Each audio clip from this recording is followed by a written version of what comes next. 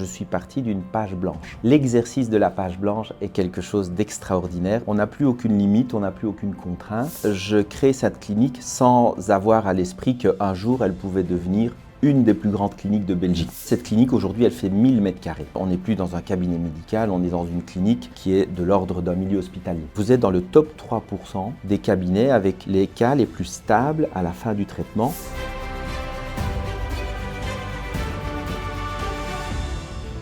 En juillet 2021, c'est le cauchemar. La Belgique et notamment la ville de Verviers ont subi des inondations. On a eu malheureusement dans le cabinet 1,50 m d'eau, juste 12 jours avant l'ouverture du cabinet. Et en fait, à ce moment-là, j'ai tout perdu. Quand on a l'ambition de travailler dans l'esprit l'amélioration continue, on veut bien faire les choses, mais on n'a aucune façon de pouvoir objectivement le mesurer. Bienvenue dans Behind the Smile, là où chaque invité nous ouvre les coulisses de son parcours, ses défis et sa vision pour révolutionner le secteur dentaire. Je suis Pierre-Antoine Dian, orthodontiste et entrepreneur passionné. Ici, on parle de trajectoire humaine, d'innovation et de management et d'avenir. Dans ce format, je pars à la rencontre d'hommes et de femmes inspirants qui osent, innovent et réinventent leur métier. Donc installez-vous confortablement.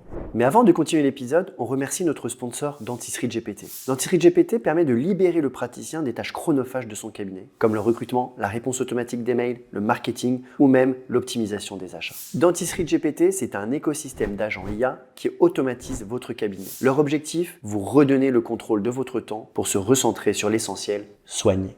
Aujourd'hui, je suis heureux d'aller à la rencontre d'un praticien qui incarne l'excellence. Un homme dont l'engagement, la rigueur et la vision fait bouger notre métier. Derrière son calme apparent, il y a une énergie rare, celle de ceux qui exigent le meilleur, pour eux comme pour leur équipe.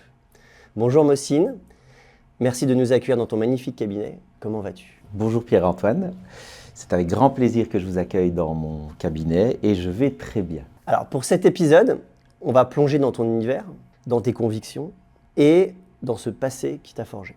Tu es spécialiste en orthodontie et orthopédie dentofaciale. À 44 ans, tu diriges OrthoSmile, le plus grand cabinet d'orthodontie en Belgique, avec pas moins de 14 fauteuils. Tu vas nous expliquer comment tu es parvenu à structurer une telle clinique. Tu es également président du BIOS, Belgian Union of Orthodontic Specialists, et vice-président de l'UFOB, ce qui illustre ton influence et la confiance que te porte toute la profession.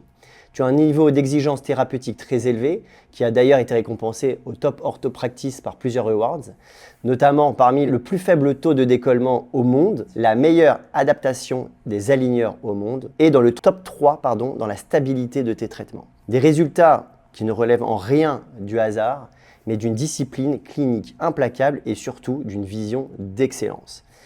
Alors, ça montre qu'on peut faire de l'excellence et également du volume, et on a hâte surtout de connaître tous tes secrets. Alors Mohsin, il y a un petit rituel que je fais maintenant, c'est que je me suis amusé à demander à ChatGPT de te décrire en 5 points clés. Et je vais te les lire et tu vas me dire si tu es d'accord avec ça. Très intéressant, Okay. Je me réjouis d'entendre. J'ai tapé Mohsin Elaji, décris-le-moi en 5 points. Premièrement, il m'a dit orthodontiste avec une progression rapide et assumée. Ok. Deuxièmement, très orienté digital et optimisation des protocoles. Et le troisième point, présent et influent dans l'écosystème, conférences, visibilité. Un quatrième point, peut-être qui va te plaire, vision business claire d'un cabinet structuré et scalable. Wow. Et un cinquième, un peu surprenant, profil qui divise parfois et donc intéressant à questionner. Waouh. ChatGPT a totalement raison C'est vrai ? sur cette point-là. Totalement. Tu penses que tu divises ? Je pense que je divise parce que je pense que je ne suis pas quelqu'un qui va rester dans un cadre ou dans un moule. J'ai tendance à créer moi-même ma réalité et à créer moi-même mes challenges. Et effectivement, je vais souvent discuter avec beaucoup de personnes pour récolter les opinions. Mais au final, c'est quand même moi qui vais prendre la décision du cap que je vais donner et de la direction que je vais donner à ma pratique, mais de façon générale à ma vie. Très bien. Du coup, revenons un peu sur ton parcours. C'est vrai que j'aime toujours comprendre un peu le point de départ pour quelqu'un qui en est arrivé là, par où on a commencé. C'est vrai qu'on regarde ton parcours aujourd'hui, tout semble fluide, en tout cas d'un œil extérieur. Mais comment tout a commencé ? Qu'est-ce qui t'a donné envie de te lancer déjà dans la dentisterie et surtout l'orthodontie ? Bon, ben moi je suis belgo-marocain, donc mes parents sont arrivés en Belgique à 17 ans. Et donc je suis dans une famille nombreuse puisque mes parents ont 8 enfants. Donc j'ai un frère jumeau, Agib El Hajaji, qui est en politique. Et donc j'ai toujours grandi dans une famille où on a eu la notion de l'entraide, du compromis, du respect. Donc ça, c'est des valeurs qui sont très ancrées. Ensuite, ma maman, qui n'a pas fait d'études, a toujours mis l'accent sur le fait que nous, on soit amenés à faire de hautes études, et donc elle nous a toujours encouragés, accompagnés. Et c'est comme ça que je termine mes secondaires à l'Institut Saint-Michel de Verviers, une école catholique où on avait des frères qui nous donnaient certains cours. Et je termine avec 60% dans mes cotes, donc ce qui n'est pas brillant. Un soir, je rencontre mon dentiste de famille, le docteur Essaïdi Jawed, qui est dentiste et qui me dit « Tiens, qu'est-ce que tu ferais bien plus tard ? Dentiste, c'est chouette, tu vas travailler à ton propre compte, donc comme indépendant, et puis c'est un métier qui est aussi bien manuel qu'intellectuel. » Et c'est ça qui me plaisait beaucoup. Donc je m'inscris à l'université de Liège et il faut savoir que dans ma famille, aucun de mes frères et sœurs n'avait entrepris des études universitaires. Donc c'était déjà un challenge pour moi d'aller m'inscrire à l'université et de faire ces études-là. Il y avait en plus à mon époque un numerus clausus, donc ce n'était pas un examen d'entrée, c'était un numerus clausus. Et au bout de la deuxième année universitaire, seulement 17 candidats. Donc c'était vraiment très strict. Donc ça m'a obligé à ce moment-là à donner le meilleur de moi-même pour pouvoir réussir ces études.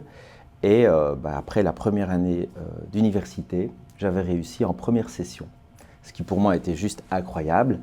Maintenant, il n'y a pas de mystère, j'ai travaillé cette année-là comme je n'ai jamais travaillé de toute ma vie. Et ta famille devait être fière de toi du coup. Oui, donc c'est la fierté dans les yeux de ma grande sœur qui m'avait accompagné ce jour-là et de ma maman surtout, pour dire, ben voilà, tous les efforts qu'on a fait pendant pas mal de temps, aujourd'hui ça paye et on a un enfant qui a entrepris des études universitaires.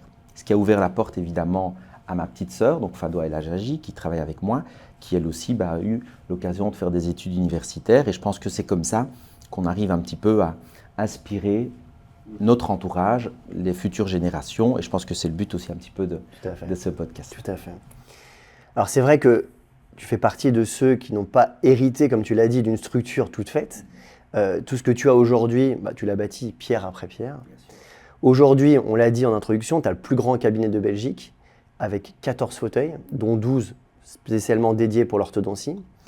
Comment tu as eu l'idée un jour, tu te lèves un bon matin et quoi, tu te dis je vais créer une structure avec 14 fauteuils. Comment t'es arrivé à en arriver là? Alors, la clinique OrthoSmile dans laquelle on est aujourd'hui, pour moi, c'est tout simplement un rêve. Mais un véritable rêve, c'est-à-dire que je crée cette clinique sans avoir à l'esprit qu'un jour, elle pouvait devenir une des plus grandes cliniques de Belgique. Parce que je n'ai pas la certitude que ça l'est, mais tous les délégués qui viennent et qui parcourent toute la Belgique me disent « on n'a jamais vu une clinique aussi grande ». Donc c'est comme ça qu'on en est arrivé à dire que c'était un des plus grands cabinets de Belgique. Et Philippe Salah de Dental Monitoring, en ayant visité pas mal de structures en Europe, me disait probablement d'Europe. Donc ça évidemment c'est très gratifiant. Tu as combien de mètres carrés pour vous donner un peu à ceux qui nous écoutent, parce qu'ils n'ont pas eu la chance de voir ta clinique. C'est ça. Tu as combien de mètres carrés ici? Donc en fait cette clinique aujourd'hui elle fait 1000 mètres carrés. Donc 1000 mètres carrés pour un cabinet médical, on n'est plus dans un cabinet médical, on est dans une clinique qui est de l'ordre d'un milieu hospitalier, qui est dédié exclusivement à l'orthodontie. Donc ça, c'était important pour moi parce qu'on travaille dans la région comme un cabinet de référence et on a plus de 50 dentistes généralistes qui nous réfèrent quasi systématiquement les patients pour pouvoir faire uniquement des soins d'orthodontie. Et donc là, on parlait de vision et de cap. La mienne était très claire, ne pas faire de dentisterie parce que je voulais devenir un centre de référence dans ma région pour les traitements d'orthodontie. Donc, je disais que ce cabinet était tout simplement un rêve. Et comment j'ai créé ce rêve? C'est que je suis parti d'une page blanche. L'exercice de la page blanche est quelque chose d'extraordinaire parce qu'on n'a plus aucune limite, on n'a plus aucune contrainte. Et donc, j'ai essayé d'agencer, après peut-être une cinquantaine de croquis, l'organisation et l'architecture la plus performante dans un cabinet d'orthodontie. Je prends un simple exemple.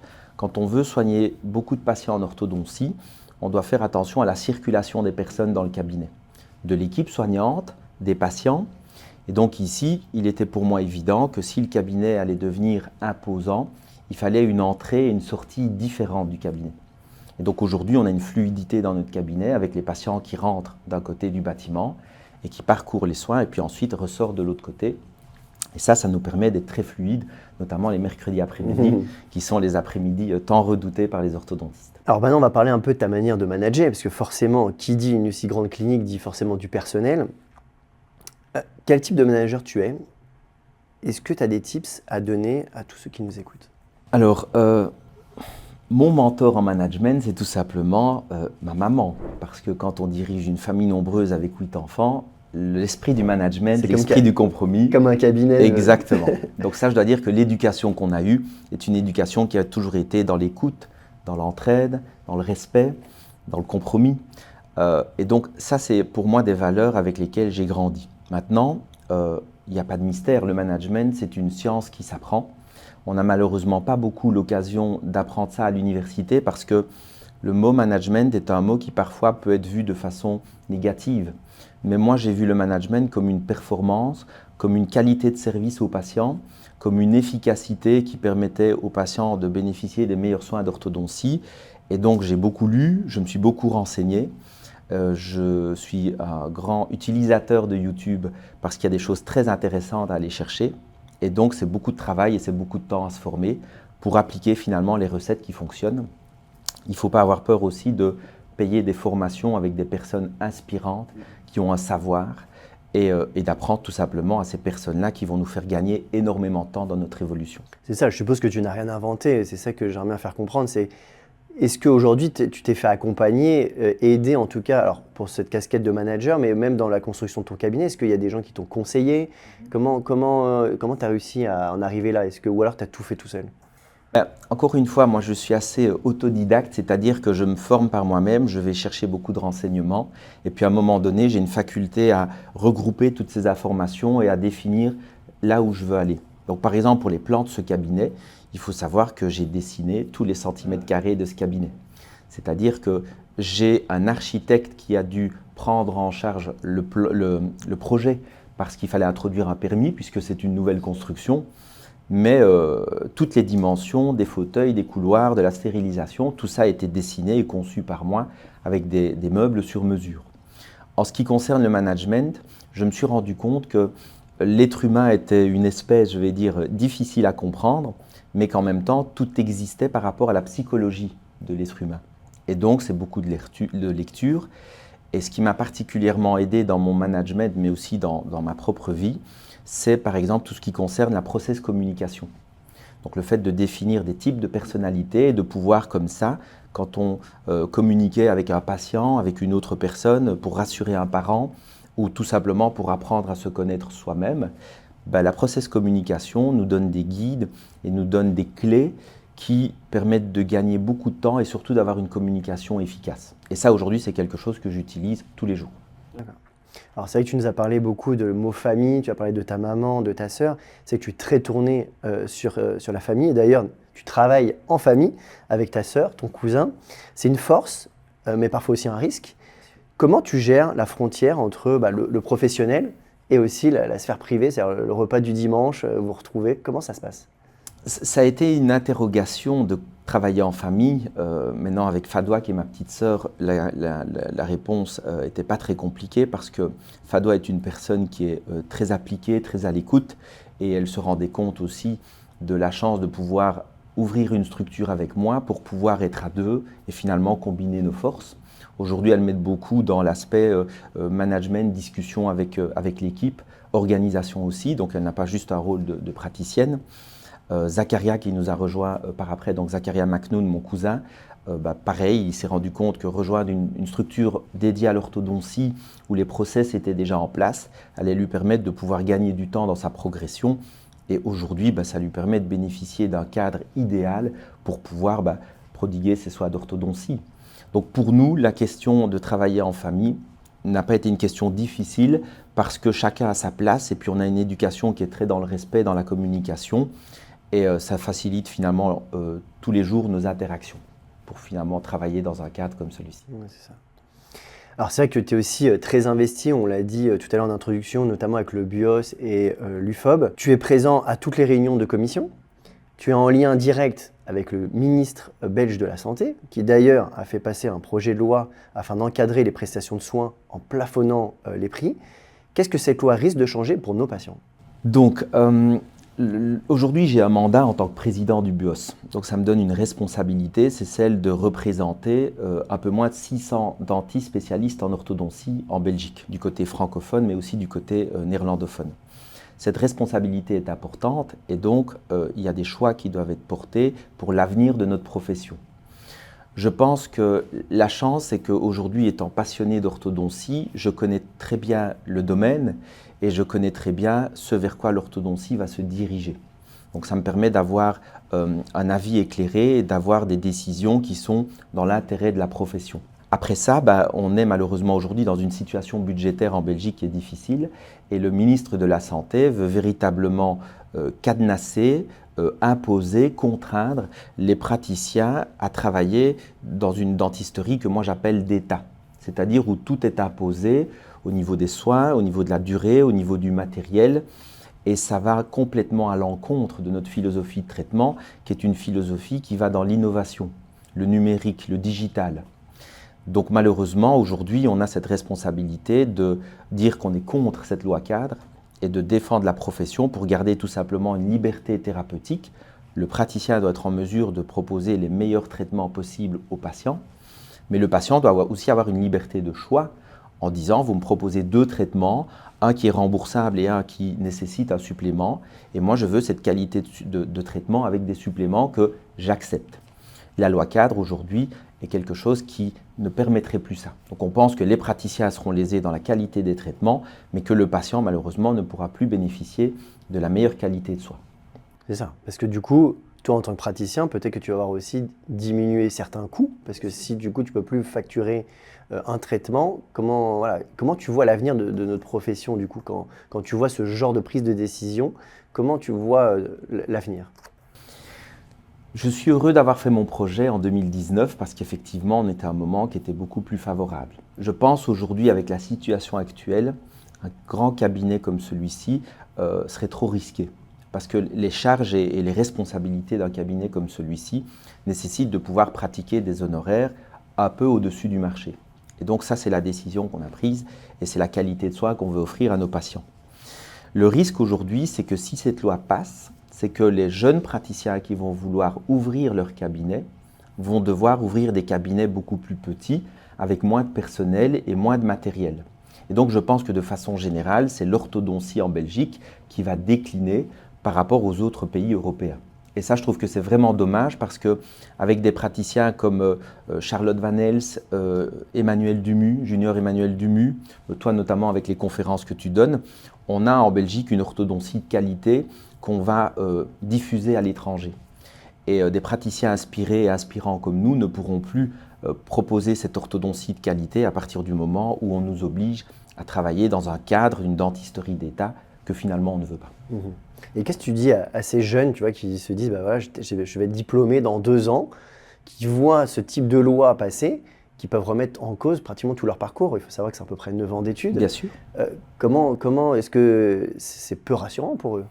Donc l'orthodontie, c'est 5 ans de dentisterie générale et puis 4 années de spécialisation universitaire en orthodontie, donc c'est 9 ans d'études. Souvent, quand les praticiens ont terminé, ils vont travailler quelques années dans un cabinet de groupe pour pouvoir se familiariser avec le privé. Et d'après mes estimations, après 3 à 5 ans, le praticien généralement a l'ambition d'ouvrir son cabinet. Aujourd'hui, je suis contacté par des praticiens qui sont dans cette réflexion, mais qui n'osent pas franchir le pas, justement en me disant « je ne sais plus comment l'avenir va se présenter ». Et malheureusement, je suis freiné dans tous mes projets parce que j'ai envie de développer mon cabinet et de répondre à une pénurie d'orthodontie en Belgique. Mais en même temps, avec cette loi cadre qui risque de nous tomber dessus au 1er janvier 2028, je me considère que ce n'est pas le bon moment, donc je vais devoir freiner mes projets. Et donc, ce sont les patients qui tout simplement vont devoir souffrir de ce manque de propositions de soins d'orthodontie en Belgique, et c'est dommage. Alors tout à l'heure, on a parlé d'innovation, de digital justement. Aujourd'hui, je pense que tu es reconnu comme l'un des orthodontistes les plus digitalisés de Belgique. Tu as intégré des outils comme Dental Monitoring, qui est une solution de monitoring pour suivre ses patients. Aujourd'hui, tu as à peu près 1800 patients monitorés. Tu vas atteindre bientôt les 1000 cas Spark, si ce n'est pas déjà fait. Comment tu gères ce flux au quotidien? Quelle organisation il faut pour maintenir une certaine pérennité? Alors pour commencer, je vois que tu es très bien renseigné, donc bravo à tous ceux qui ont préparé ce podcast avec toi. Le monitoring, en fait, aujourd'hui, c'est un système de suivi à distance qui utilise l'intelligence artificielle. Dans ma réflexion de grand cabinet, la problématique était la suivante. L'ennemi de la qualité, c'est le nombre. Et donc, comme l'ennemi de la qualité, c'est le nombre, si on voulait augmenter le nombre de patients en suivi, on se devait de faire appel à la technologie pour assurer un suivi plus performant. Et j'ai trouvé dans le dental monitoring la possibilité de voir plus de patients et non pas seulement d'avoir une qualité similaire, mais de les voir avec plus de qualité. Donc mon histoire avec dental monitoring, c'est que je fais aujourd'hui du dental monitoring depuis 4 ans. Donc je suis un des précurseurs à suivre autant de patients. Et donc, ça m'a permis d'avoir une récolte de data qui est très importante. Et il faut savoir que dans notre cabinet, tous les 3 mois, on analyse les datas pour voir nos forces, mais surtout nos faiblesses. Parce que moi, ce qui m'intéresse, c'est de connaître les faiblesses du cabinet et d'apporter des actions pour nous améliorer. Et c'est ce qui fait, comme tu le dis, qu'aujourd'hui, avec toutes ces améliorations progressives, on en arrive à avoir des datas qui sont très nombreuses, mais de très bonne qualité. Donc la technologie, le dental monitoring aujourd'hui, pour moi, le secret, il est là. Monitorer les patients pour offrir un meilleur suivi, un meilleur service, mais surtout permettre à un cabinet de récolter un maximum de data pour faire une autocritique de la qualité de ses soins et aller vers une amélioration continue. Ça, c'est un vrai secret, parce que du coup, comment allier du volume, comme tu l'avais dit, avec de la qualité? C'est vraiment pas évident. Donc ça, c'est un vrai tips que tu nous partages et merci beaucoup. Avec plaisir. Et comment tu gères ce temps digital? Parce que là, tu nous parles de monitorer tes patients, mais ça demande aussi du temps de les suivre. Comment tu organises tes semaines? Tu dors pas beaucoup? Alors les semaines sont très chargées, effectivement, mais j'ai la chance de faire un métier, l'orthodontie, qui est une passion.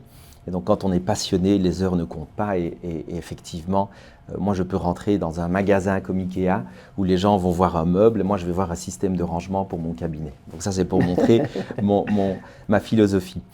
Le temps digital est un temps qui est important et qu'il faut considérer, mais j'ai la chance aujourd'hui chez OrthoSmile, on est 3 praticiens, donc en famille, Zacharia et Fadoua. On est 15 membres du personnel, donc j'ai une chouette équipe et une grande équipe. Et on a surtout aujourd'hui 3 DM coordinatrices, donc Dental Monitoring coordinatrices, qui sont des assistantes formées au suivi à distance. Donc ça leur permet avec les patients de pouvoir communiquer, de pouvoir répondre à leurs questions. Et puis pour les informations plus techniques, plus cliniques, finalement, je suis informé et c'est moi qui vais pouvoir donner les consignes.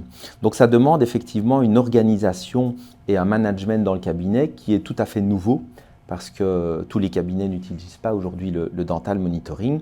Et donc on a créé ces nouveaux postes, c'est un nouveau métier. Et aujourd'hui, mon personnel est épanoui parce que cette technique fait partie intégrante de tous nos traitements d'orthodontie. Et ces 3 personnes-là, elles font ça temps plein ou... Alors, l'avantage du dental monitoring dans un cabinet comme celui-ci, ce sont des tâches qui sont asynchrones. Ça veut dire que ma secrétaire, quand le téléphone sonne, elle est obligée de décrocher à ce moment-là.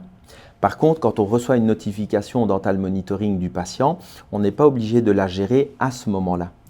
Donc, au niveau de la gestion du temps, quand j'ai du personnel qui a un moment de battement entre 2 tâches, finalement, les tâches réalisées par dental monitoring leur permettent de rester toujours actives dans l'intérêt du cabinet et de gérer ça dans les moments un peu plus creux. Et donc, ça nous a permis comme ça, au niveau des plannings, de gérer efficacement le temps de chacune des assistantes. Ça aussi, c'est un tips. Exactement. Deuxième tips dans ce podcast.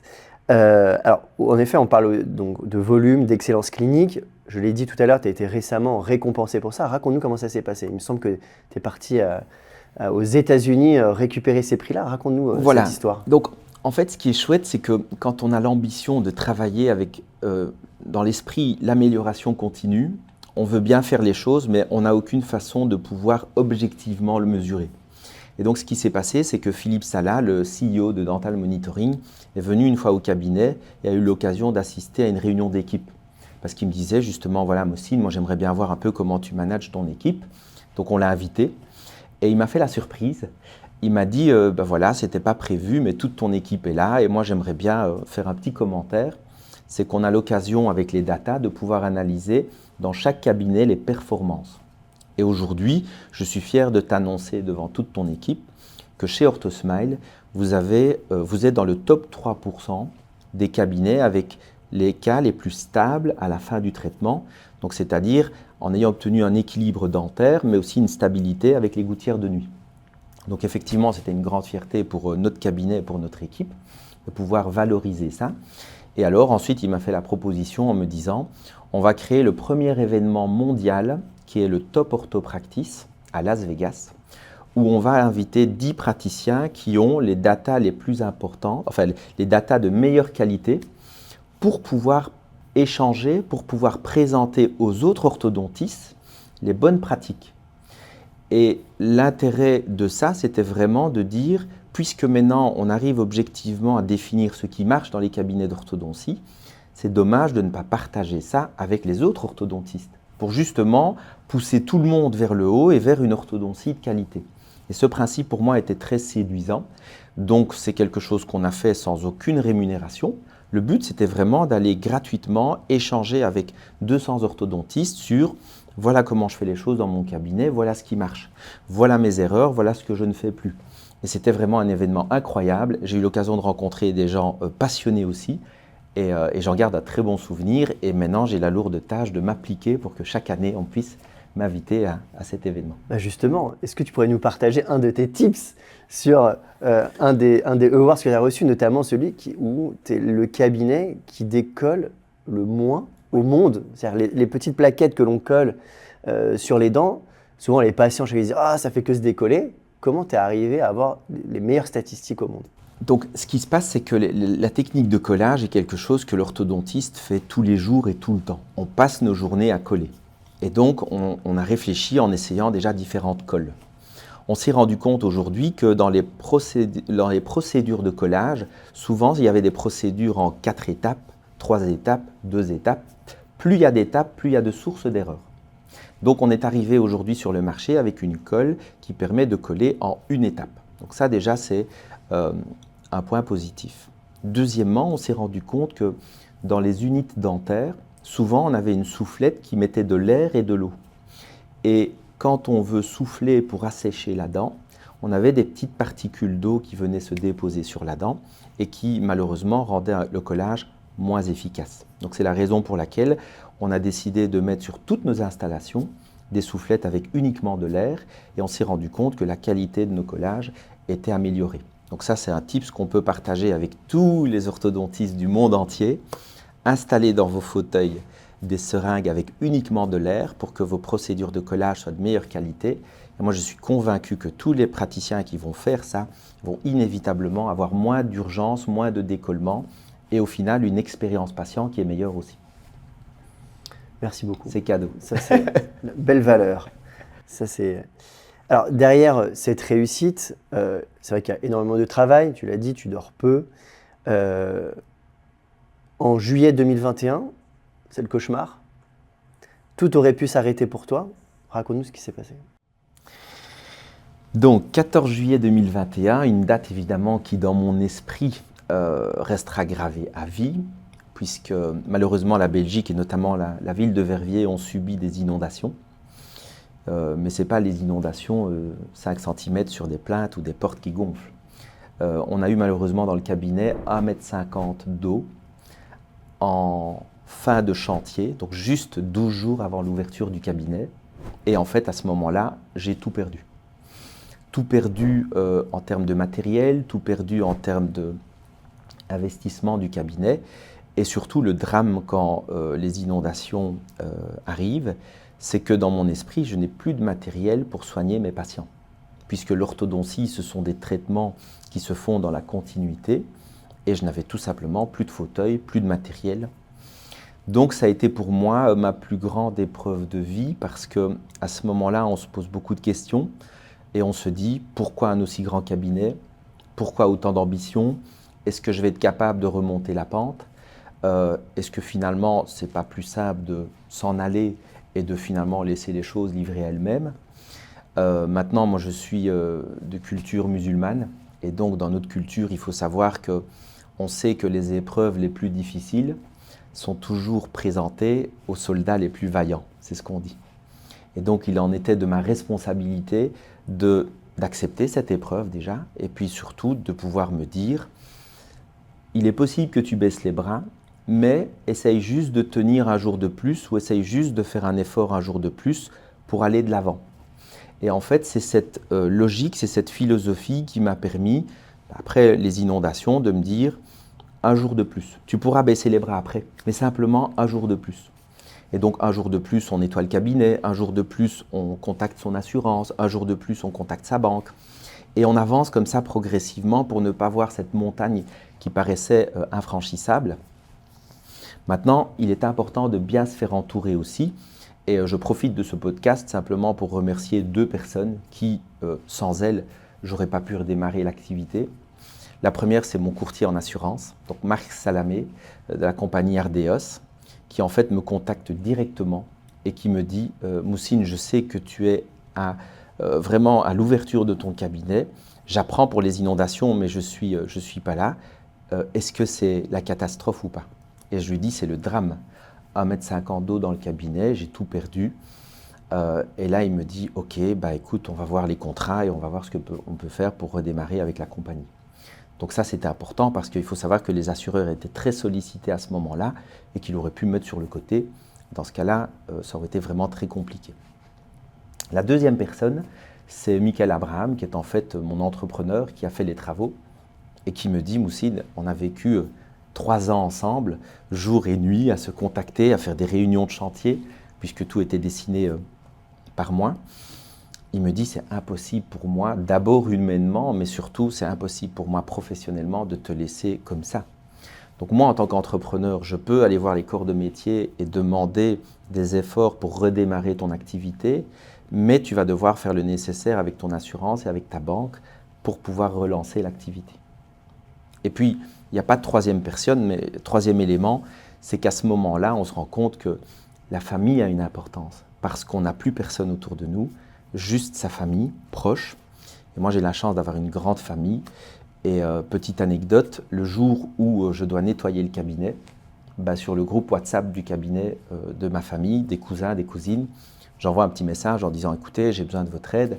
On va nettoyer le cabinet demain à 9 h du matin. Est-ce que vous êtes en mesure de pouvoir venir nous donner un petit coup de main, 1 heure ou 2 ?» Et le lendemain à 9 h, je me retrouve avec 30 personnes devant mon cabinet, des bottes, des pelles et tout ce qu'il faut pour nettoyer. Mon meilleur ami, donc Junior Emmanuel Dumu, qui est à Bruxelles, a traversé la Wallonie pour venir en disant on doit être là. C'est des moments qui sont importants. Mais justement, je te sens très ému et c'est vrai parce qu'on repense au Moussine qui a dessiné tout sur son papier et qui du jour au lendemain se réveille un matin et tout tombe à l'eau. Là, à ce moment-là, ce fameux 14 juillet, c'est un Moussine qui pleure, qui est en colère, qui se recroqueville sur lui-même. C'est quel type de Moussine qu'on a? Moi, j'ai toujours été dans l'action. Donc, c'est-à-dire que ma façon de répondre à ces épreuves, c'est de se dire ça nous tombe dessus et il faut agir. Maintenant, il y a des moments difficiles, évidemment, et ces moments-là, il faut les traverser. Et la famille est là pour nous aider. Mais c'est toujours un Moussine qui se dit je me dois d'aller vers l'avant. Et puis surtout, si à un moment donné j'abandonne, c'est finalement après avoir tout essayé. Je ne peux pas abandonner tant que je n'ai pas encore un peu d'énergie. Voilà, moi j'ai grandi dans mon enfance avec les Chevaliers du Zodiaque et Dragon Ball Z, quoi. Et c'est des dessins animés qui sont très inspirants parce que c'est toujours ok, on est à terre, on est au plus bas et finalement on doit se redonner encore un petit peu d'énergie, y croire encore une fois pour y arriver. Et c'est une philosophie de vie qui, moi, est la mienne et qui fait qu'aujourd'hui j'en suis là finalement. C'est peut-être ça le secret. Une belle preuve en tout cas de résilience. Ouais. Oui, c'est le mot effectivement est bien choisi. C'est une belle preuve de résilience. C'est exactement ça. Et alors, on a parlé, parce que bon, dans tout ça, il y a l'homme qui est touché, il y a aussi le portefeuille. Est-ce qu'aujourd'hui, tu pourrais nous dire qu'est-ce que tu as perdu, même financièrement? Je pense que tu ne l'as jamais dit. Est-ce que c'est quelque chose qu'aujourd'hui, tu as réussi à chiffrer? Parce qu'on se rend compte que du jour au lendemain, tu as tout perdu, quoi. En fait, le côté financier, effectivement, est très important, surtout dans un investissement aussi important que celui-ci. Mais quand c'est arrivé, moi j'avais en tête une phrase de Bernard Tapie qui disait que vous enlevez tous ses trophées à un pianiste, tant qu'il a ses 10 doigts et qu'il peut jouer une partition, il pourra en gagner. Donc dans mon esprit, j'avais la santé, j'avais la tête pour pouvoir redémarrer, et donc je savais que c'était finalement qu'une question de temps.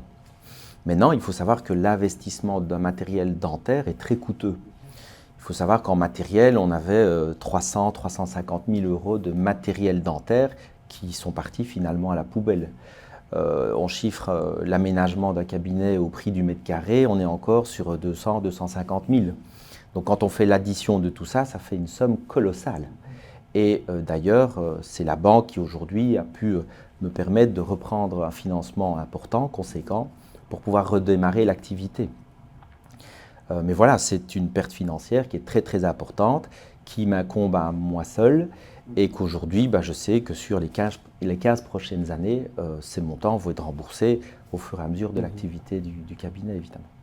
Et aujourd'hui, avec le recul, donc maintenant il y a plusieurs années qui sont passées, il y a de l'eau qui a coulé sous les ponts. L'expression est bien choisie. Qu'est-ce que tu en retires aujourd'hui? Moi, c'est mon meilleur diplôme en fait. Ce 14 juillet 2021 est mon meilleur diplôme, c'est ma meilleure expérience de vie. Et en fait, j'ai appris quelque chose que j'ai appris dans aucune école, dans aucune université. C'est que la vie est comme ça et qu'il y a des épreuves qui nous tombent dessus. Et la force d'un entrepreneur, la force d'un praticien, la force d'un manager, c'est de pouvoir se dire, peu importe l'épreuve qu'on va traverser, finalement, on n'a peut-être pas les armes, on n'a peut-être pas les connaissances, mais on va faire le travail supplémentaire pour aller chercher la formation et pour l'appliquer. Je pense que ce qu'il faut, c'est aller chercher la formation, mais il faut aussi très rapidement passer à l'action. Ce qui fait que j'ai fait beaucoup d'erreurs dans ma vie, parce que j'ai parfois été un peu trop vite, mais ça a à chaque fois été un apprentissage pour moi. Et aujourd'hui, ça me permet, en cas de difficulté, de toujours repenser à ça et de relativiser aussi par rapport à certaines situations. Alors moi aussi, tu fais partie de ces orthodontistes qui finalement nous rappellent que la réussite ne se mesure pas au nombre de patients, mais à la passion qu'on y met. Tu as utilisé pas mal de fois ce mot-là. Ton parcours est impressionnant, tu as réussi à bâtir quelque chose de fort. Tu es passé, comme tu viens de le dire, par des moments très difficiles, on l'a vu. Tu t'es jamais plaint. Ça vient d'où cette résilience, cette persévérance? De ces épreuves-là ou ça vient de plus loin? La réponse est connue. C'est ma maman, tout simplement, parce que c'est une personne qui a travaillé toute sa vie et qui, en fait, a toujours fait preuve de beaucoup d'énergie, de beaucoup d'envie pour que les choses soient bien faites. Ces valeurs de travail, elles sont innées chez elle. Et donc, quand on grandit tous les jours en voyant sa maman qui lave tous ses enfants, fait à cuisiner pour 8 personnes, à une époque où on n'avait pas toutes les facilités d'aujourd'hui, on ne peut pas se permettre soi-même d'être fainéant, de ne pas vouloir avancer dans la vie, tout simplement pour respecter tout le travail qu'elle a fait, tout simplement. Donc je me devais, par respect envers la vie qu'elle a eue, moi de mon côté, suivre ce chemin, et c'est ce qu'on a d'ailleurs tous fait dans notre famille. Donc ça, pour nous, c'est quelque chose d'élémentaire. D'ailleurs, il y a beaucoup de jeunes qui nous écoutent aussi. Est-ce que tu penses qu'aujourd'hui, la nouvelle génération qui arrive, c'est un peu ce qui leur manque, cette résilience, cette persévérance? Ou au contraire, tu as l'impression que la nouvelle génération, ils en veulent beaucoup, ils sont là à vouloir tout de suite, parce qu'on est un peu dans ce type de société?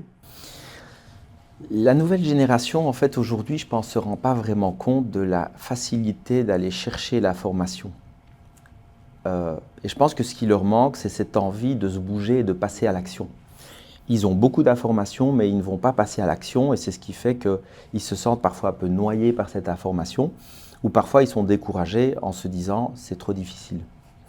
Je pense que la clé, c'est vraiment de chaque jour au quotidien mener des petites actions, aussi futiles soient-elles, pour justement habituer son esprit à « tiens, j'ai envie aujourd'hui de, par exemple, apprendre à jardiner », je vais regarder 2 tutos et puis directement je vais me mettre dans mon jardin et je vais essayer. Je veux apprendre aujourd'hui à peindre, ben, je vais regarder 2 tutos et puis je vais aller, je vais prendre un rouleau de peinture et je vais commencer à peindre. Et cette distance très courte entre le moment où j'ai envie d'apprendre quelque chose, l'information que j'ai et puis je l'applique, pour moi en tout cas, c'est la clé du succès. Parce qu'après, quand on va habituer son esprit à réagir comme ça, quand on va avoir une idée de business ou quand on va avoir une idée d'avenir professionnel, on va pouvoir très rapidement appliquer les choses et voir si ça marche ou si ça ne marche pas, pour savoir si on est dans la bonne direction ou pas. Donc ça, c'est à la limite un conseil que je pourrais donner aux nouvelles générations, c'est vous avez la chance d'avoir énormément d'informations, mais quand vous l'avez, n'hésitez pas à passer à l'action, quitte à faire des erreurs. Et d'ailleurs, pour ces jeunes, est-ce que toi, il y a une rencontre, un déclic justement qui t'a permis d'être l'orthopreneur d'aujourd'hui? Ben, la rencontre, moi, c'est que je me suis formé avec des personnes qui avaient du savoir. Et donc, je dis toujours que dans ma carrière professionnelle, j'ai rencontré un monsieur qui s'appelle Pierre Brassard, qui est en fait un Canadien et qui en fait est un coach en management de cabinet dentaire. Et il a managé plus de 500 cabinets dans le monde, ou même plus d'ailleurs.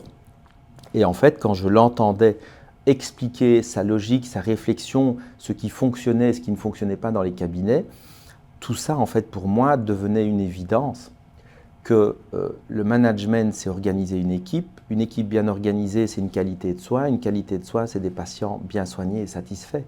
Aussi simple que ça. Mais comme je dis, le mot management est un mot qui malheureusement parfois a une image un peu péjorative parce qu'on pense à management, profit, léser un patient ou bien acheter du matériel de mauvaise qualité pour diminuer les coûts du cabinet. Comme tu vois, dans ce cabinet, c'est absolument pas le cas. On travaille avec ce qui se fait de mieux, on investit dans du matériel de qualité parce que justement, on veut que nos soins soient à l'image de notre cabinet. Et si tu avais 25 ans aujourd'hui et que tu débutais, qu'est-ce que tu dirais à l'homme que tu es aujourd'hui? Alors, ce que je lui dirais, c'est qu'effectivement, un bel avenir lui est promis, c'est devant lui et qu'il ne doit simplement pas lâcher. Quand je regarde un peu en arrière sur ce que j'ai déjà accompli, j'ai quand même une certaine fierté. Il faut rester humble, mais il faut reconnaître aussi le parcours qui a été fait. Je pense que je voyagerai un peu plus, j'apprendrai un peu plus les langues. Je pense que ça, c'est quelque chose qui peut me manquer. Mais voilà, il n'est jamais trop tard et comme je dis, il faut passer à l'action. Donc c'est pour ça que pour aller à Las Vegas et pour présenter en anglais, ben, finalement, je me suis donné les moyens de présenter mes cas en anglais là-bas parce que quand on a envie réellement de faire quelque chose par passion, il n'y a pas beaucoup de choses qui est en mesure de nous freiner. Tu as dit que tu avais fait beaucoup d'erreurs dans ton parcours. Est-ce qu'il y en a une vraiment où c'était une leçon et tu te dis, voilà, celle-là, je peux la partager parce qu'on aime bien toujours partager ses erreurs pour éviter que les autres les commettent. Est-ce qu'il y en a une principalement que tu aimerais nous partager? Il y en a plein, il y en a beaucoup. J'en ai pas particulièrement une qui me vient en tête comme ça, mais oui, j'ai essayé tellement de choses. J'étais en mesure parfois d'acheter du matériel, de l'essayer, et puis de voir que c'était pas le bon et de le jeter à la poubelle après 1 heure d'utilisation. Parfois un peu précipité, voilà. Je devrais dire que parfois je me précipite dans certaines décisions. Et mon équipe est bien au courant de ça d'ailleurs, parce que parfois c'est eux qui me freinent, et Fadoua, ma petite sœur aussi, en disant « Bon, on sait que toi, tu veux foncer, mais on va peut-être prendre encore une journée de réflexion. » Donc peut-être la précipitation, mais ce n'est pas véritablement une erreur, parce que finalement, c'est ça qui a été mon moteur et qui fait que j'en suis là aujourd'hui. Mais effectivement, j'ai parfois pris des décisions qui n'étaient pas les meilleures, mais ça m'a permis de voir ce qui ne marchait pas, pour ensuite prendre une décision qui marchait. Et j'ai encore une dernière question pour toi. Qu'est-ce que tu aurais aimé comprendre plus tôt dans ta carrière? Te dire, voilà, je ne pensais pas que ça allait être aussi difficile, j'aurais aimé le comprendre plus tôt, ou peut-être ne pas aller dans cette voie-là, parce que c'est une question difficile. Oui, question difficile. J'ai envie de dire qu'il ne faut pas avoir peur de s'intéresser à tout et surtout, il ne faut pas avoir peur d'aller voir ce qui se passe dans les autres domaines. Même si j'aime bien la phrase d'Anthony Bourbon qui dit que lui, c'est une verticale et puis il est passionné par ça et finalement, il met 100% de son énergie pour aller dans le domaine. Donc moi, ma verticale, c'est l'orthodontie, évidemment. Maintenant, voilà, j'ai un peu diversifié les choses. Je commence un petit peu à faire de l'immobilier aussi, avec quelques appartements, parce que je trouve que Verviers est une ville où il faut également proposer des logements de qualité. Et donc maintenant, avec mes connaissances d'immobilier et de travaux, je vais dire, ça me permet de créer des appartements qui sont de qualité pour donner des logements de qualité. Et puis je fais aussi un peu d'expertise en orthodontie maintenant avec ce que je sais. Et donc j'ai une compagnie d'assurance qui me demande d'intervenir parfois pour des dossiers d'expertise. Et donc je ne suis pas resté uniquement dans les soins dentaires, mais j'essaye de voir tout ce que l'orthodontie est en mesure de toucher. Et voilà, et aujourd'hui pour moi c'est une nouvelle expérience, c'est mon premier podcast et je te remercie d'ailleurs pour ça. Et ça permet comme ça de pouvoir parler d'orthodontie, mais aussi de ma carrière en général et partager tout ça avec vos auditeurs. Merci en tout cas, merci Mohsin. Merci en tout cas à vous d'avoir suivi cet épisode. Encore merci à toi, Mohsin, voilà, pour cette conversation sans artifice, pleine de sincérité, on l'a vu, de profondeur, il y avait de l'émotion aussi. Tu incarnes cette nouvelle génération de praticiens qui osent bousculer les codes sans jamais trahir leurs valeurs.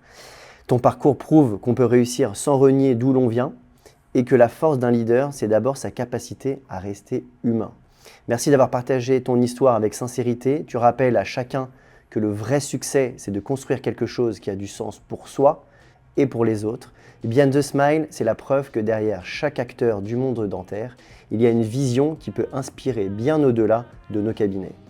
J'espère que ce partage vous a inspiré et donné les clés concrètes. Et pour continuer à explorer les histoires et les convictions qui façonnent les sourires d'aujourd'hui, abonnez-vous sur vos différentes plateformes d'écoute préférées. Ce que nous retenons aujourd'hui, c'est que derrière chaque réussite se cachent des épreuves et derrière chaque épreuve, une force. À très vite pour un nouvel épisode de Beyond the Smile.